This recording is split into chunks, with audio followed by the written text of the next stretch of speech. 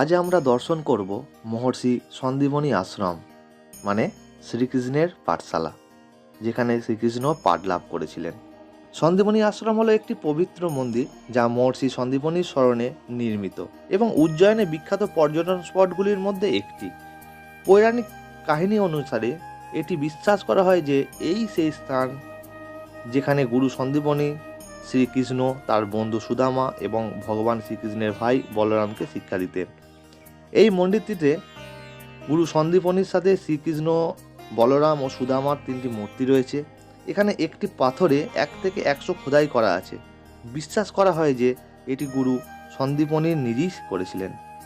এখানে অনেকগুলি মন্দির আছে, তবে মূল যে মন্দিরটি সেটি গুরু সন্দীপনীরই।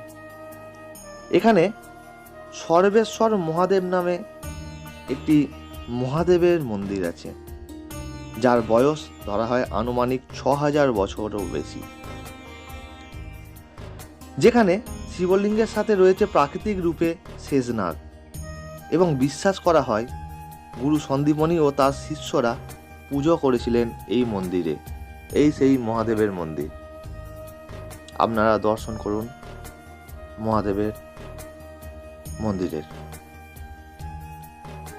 এই মহর্ষি সন্দীপনী আশ্রমের গোমতী কুণ্ড, যেটা আপনারা এখন দর্শন করছেন, পুরাণের বর্ণনা অনুসারে মহর্ষি সন্দীপনীর আশ্রমে শিক্ষা গ্রহণের সময় শ্রীকৃষ্ণ খেয়াল করেছিলেন যে প্রতিদিন সকালে কিছু সময়ের জন্য মহর্ষি সন্দীপনীকে আশ্রমে কোথাও দেখা যাচ্ছে না। শ্রীকৃষ্ণ যখন গুরুমাতার কাছে থেকে জানতে পারলেন যে গুরুজি প্রতিদিন সকালে গোমতী নদীতে স্নান করতে যান, এই কারণে গুরুজির জ্ঞান দিতে বিলম্ব হয়, তখন শ্রীকৃষ্ণ গোমতীর নদীর জলকে আহ্বান করেছিলেন যাতে গুরুজির স্নানের সময় আসা যাওয়ার যে অসুবিধা হতো তা দূর হয়।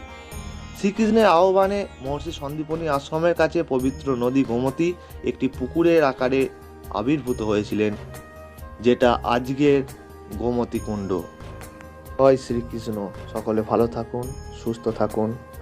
আবার দেখা হবে নতুন কোনো ভিডিওয়, নতুন কোনো মন্দিরে। হরে কৃষ্ণ।